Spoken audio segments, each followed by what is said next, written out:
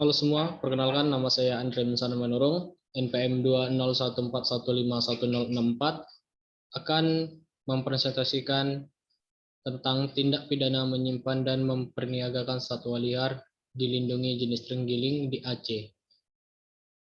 Perburuan satwa liar secara ilegal dan berlebihan dapat mengakibatkan perubahan siklus rantai makanan satwa liar. Aceh sebagai salah satu provinsi di Indonesia ikut menjadi daerah rawan terjadinya perburuan dan perdagangan satwa liar yang dilindungi. Sebab Aceh memiliki beraneka ragam satwa serta kekayaan hayati lainnya yang tak ternilai harganya. Salah satu hewan yang paling sering diburu adalah terenggiling. Adapun tujuan dari penelitian ini yang pertama ialah mengetahui faktor perburuan satwa liar terenggiling, mengetahui penegakan hukum terhadap terenggiling di Aceh, dan mengetahui sanksi yang sesuai dengan perburuan dan penjualan terenggiling di Aceh. Penelitian ini memiliki metodologi. Yang pertama, lokasi dari penelitian ini adalah di Balai KSDA di wilayah Hukum Aceh, pengumpulan populasi di Balai Konservasi Sumber Daya Alam Aceh, Dinas Lingkungan Hidup dan Kehutanan Aceh, Polda Aceh, dan organisasi antara pemerintahan World Wide Fund for Nature atau WWF. Dalam penelitian ini digunakan metode purposive sampling, yaitu teknik penentuan sampel dengan pertimbangan tertentu. Teknik pengumpulan data yang digunakan adalah penelitian kepustakaan atau library research untuk memperoleh data sekunder dan cara mengkaji dan mempelajari undang-undang perikanan serta buku teks lainnya. Penelitian ini mendapatkan hasil yang pertama, faktor penyebab terjadinya TP menyimpan dan memperniagakan satwa liar yang dilindungi jenis terenggiling di wilayah Aceh. Yang pertama adalah faktor ekonomi. Itu merupakan penyebab utama dari perburuan satwa yang dilindungi oleh masyarakat. Yang kedua, karena harga terenggiling yang tinggi sehingga membuat keuntungan yang besar, sehingga masyarakat memburu satwa liar tersebut untuk diperdagangkan secara ilegal. Yang kedua, karena Aceh memiliki letak geografis yang strategis. Yang ketiga, yang keempat, maksud saya, rendahnya kesadaran masyarakat. Yang kelima, tidak optimalnya tingkat pengawasan dan penegakan hukum. Yang keenam, banyaknya permintaan pasar terhadap tiap jenis satwa liar terenggiling. Berikut tabel data kasus tindak pidana yang dimiliki oleh satwa liar dilindungi di Aceh. Yang pertama adalah data kasus krempet di Aceh tahun 2013 sampai 2017. Tertera di tahun 2013 terdapat 2 kasus penjualan terenggiling dan beberapa jenis satwa lainnya seperti gajah, beruang, harimau Sumatera, kucing emas, kambing hutan, dan kambing menjuntak serta rangkong. Di tahun 2014 pula terdapat 6 kasus beserta satwa lainnya seperti macan dahan, beruang madu, kucing hutan, gajah yang tersisa hanya tulang belulangnya, dan kaling. Daerah-daerahnya sudah pasti tercangkup di daerah Aceh.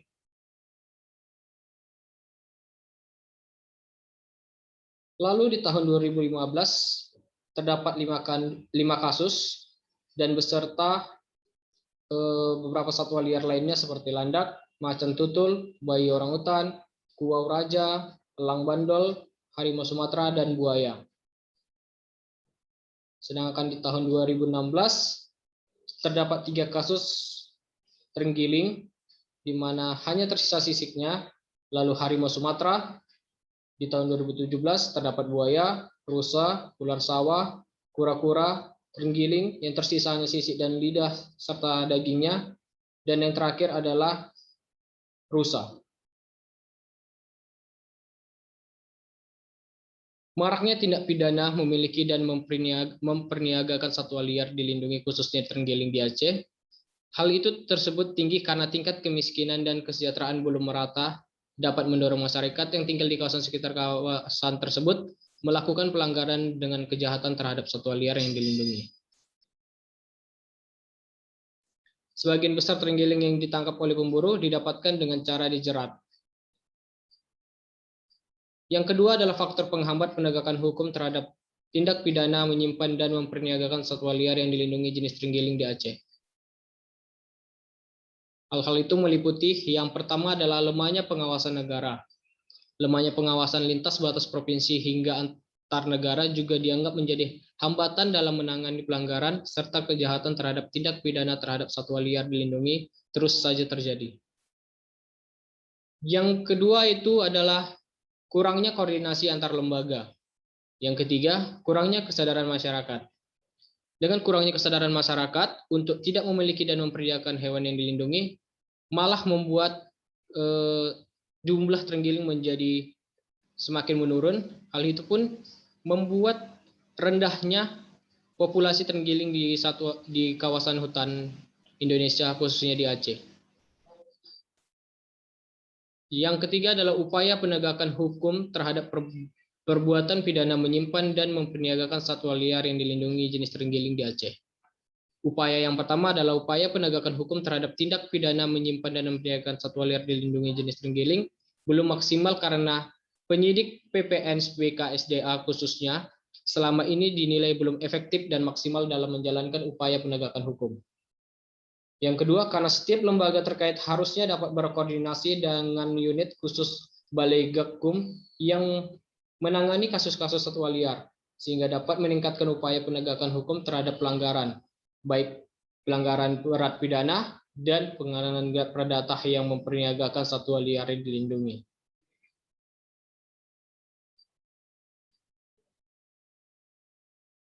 Selanjutnya, karena penyidik pegawai negeri sipil atau PPNS harus dibekali dengan pengetahuan yang cukup untuk dapat secara maksimal menangani kasus-kasus satwa liar khususnya terenggiling serta juga berkoordinasi dengan kepolisian dan kejaksaan.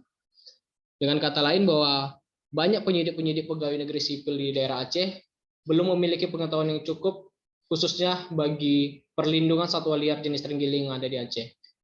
Yang keempat, karena merevisi ketentuan pidana Undang-Undang Nomor 5 Tahun 1990 agar dapat memperberat sanksi pidana terhadap para pelaku agar menimbulkan efek jera, serta merevisi ketentuan regulasi koordinasi antara lembaga penegakan hukum karena selama ini dianggap tidak berjalan dengan kurang efektif.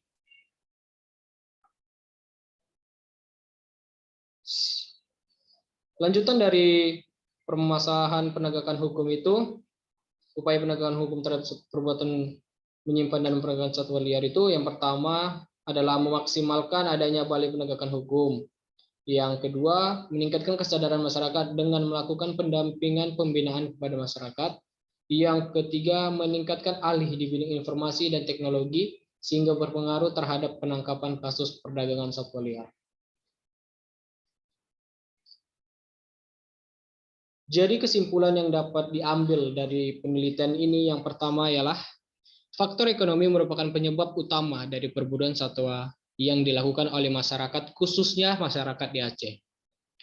Itu semua dikarenakan harga yang tinggi dan keuntungan yang besar membuat masyarakat memburu satwa liar untuk diperdagangkan secara ilegal, khususnya satwa liar jenis terenggiling. Yang kedua, karena penegakan hukum terhadap terenggiling di wilayah Aceh dalam 3 tahun terakhir belum maksimal dan optimal karena kendala-kendala yang dihadapi dalam melindungi satwa liar. Yang ketiga, penyidik PPNS harus dibekali dengan pengetahuan yang cukup dan memaksimalkan dalam menangani kasus-kasus satwa liar khususnya terenggiling, serta juga berkoordinasi dengan kepolisian dan kejaksaannya. Dan yang terakhir adalah merevisi ketentuan pidana di dalam Undang-Undang KSDA tersebut agar dapat memperberatkan sanksi pidana terhadap para pelaku agar menimbulkan efek jera. Demikian penjelasan singkat tentang upaya perlindungan satwa liar dilindungi jenis terenggiling di Aceh dan tindak pidana menyimpan serta memperniagakan satwa liar jenis terenggiling.